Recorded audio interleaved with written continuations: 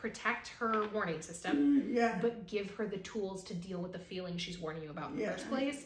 Because if we just let a dog bark, one, they won't stop barking, and two, they'll continue to feel that they're justified in their anxiety over whatever that subject is. So for example, our dogs had a really strong reaction to smoke alarms because our smoke alarms went off in that earthquake a few years back, and they were just puppies, and so they got kind of traumatized by the sound of smoke alarms. So they'd bark and bark and bark if there was a smoke alarm on TV, if there was a smoke alarm in our house.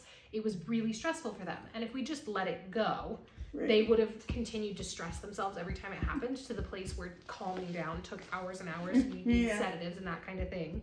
Hi, I know, I know.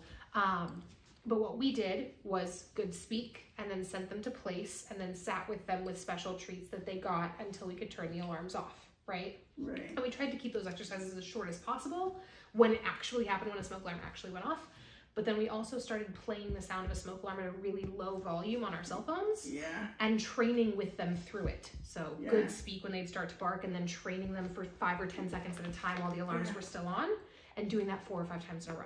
So they start to pull the seriousness away from that stimulus. Like the anxiety away from that where I literally, just like a paper-mache effect. The more times it's a minimum experience, the deeper down we can cover that initial trauma. It's like, that's not how it is anymore. Look at this big bump turning into a very gradual ridge. Oh, we forgot it's there altogether. Oh, it's no longer relevant. Yay. And if we can reshape it that way, we're not penalizing them for being afraid. We're reteaching what they do actually have a need to be afraid of. If we punish our dogs for showing us we're afraid, they're not going to get less afraid. They're just going to stop telling us about it. And that's how you get the dogs that people say, he's never even growled at someone, but then he just attacked the mailman today. Well, did you punish him for growling at the mailman when he was a puppy? Yes. Have you taken him inside every time he growled at the mailman for years? Yes. Have you not let him see the mailman for 18 months? The one shot he got, he bit the mailman? It wasn't out of nowhere, guys. That was years of a behavioral build. We don't want to do that to her. So whenever you can, and there are tons and tons and tons of free apps for like sound effects, put one on your phone and just play it right there with you.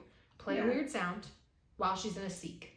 Good, quiet, toss another treat down. When she comes back and checks in, pause the sound, good check in, repeat the process with a different sound 30 seconds later, right?